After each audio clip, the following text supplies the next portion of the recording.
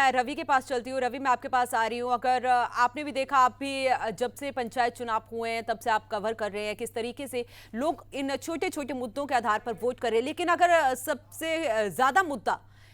इन चुनावों में देखने को मिला तो वो स्टेडियम और लाइब्रेरी का मुद्दा देखने को मिला। हालांकि पानी निकासी, पानी पीने के पानी का मुद्दा, सड़कें, गलियां, ये सब मुद्दे आम से देखे गए हर चरण में, लेकिन जो बड़ा मुद्दा सामने आया वो लाइब्रेरी और स्टेडियम का आया।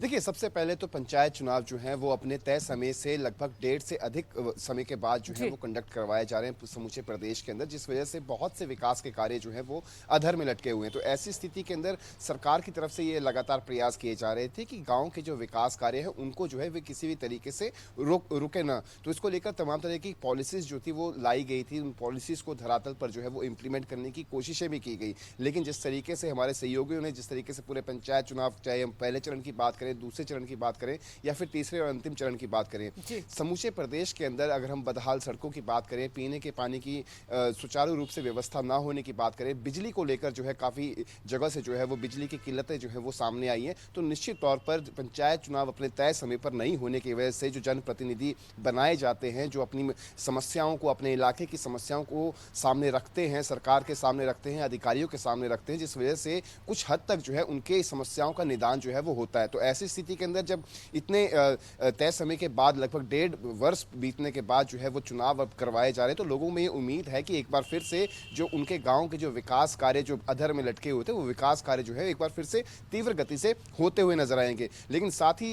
मतदाताओं को भी जागरूक होना पड़ेगा कि किस तरीके से अपनी बातों को जो है वो अधिकारियों के समक्ष रखें, साथ ही साथ सरकार के समक्ष रखें, ताकि उनके इलाके के जो विकास के कार्य हैं, हालांकि बहुत से ऐसे इलाके हैं जहां पर अभी भी लोग तो जागरूक हैं, काफी लंबा इंतजार लोगों को करना पड़ा, लेकिन सवाल यही है कि पंचायत सदस्य चुनने के बाद ये सदस्य, पंच, सरपंच कितना गंभीरता से काम करते हैं, ये भी बड़ा सवाल है।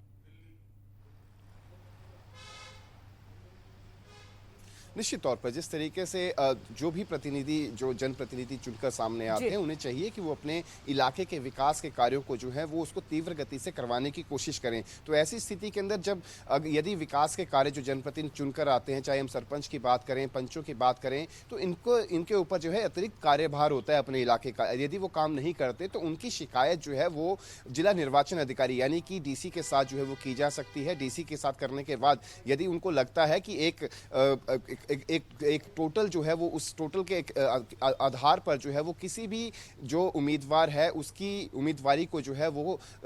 खत्म किया जा सकता है, तो ऐसा भी जो है एक तरह से प्रलोभन आया है, तो उसका भी उपयोग जो है वो मतदाता करते हुए नजर आएंगे यदि उनके उम्मीदवार जो है वो किसी तरीके के विकास के कार्य को जो है वो सिरे नहीं चढ़ा पा रहे। जी।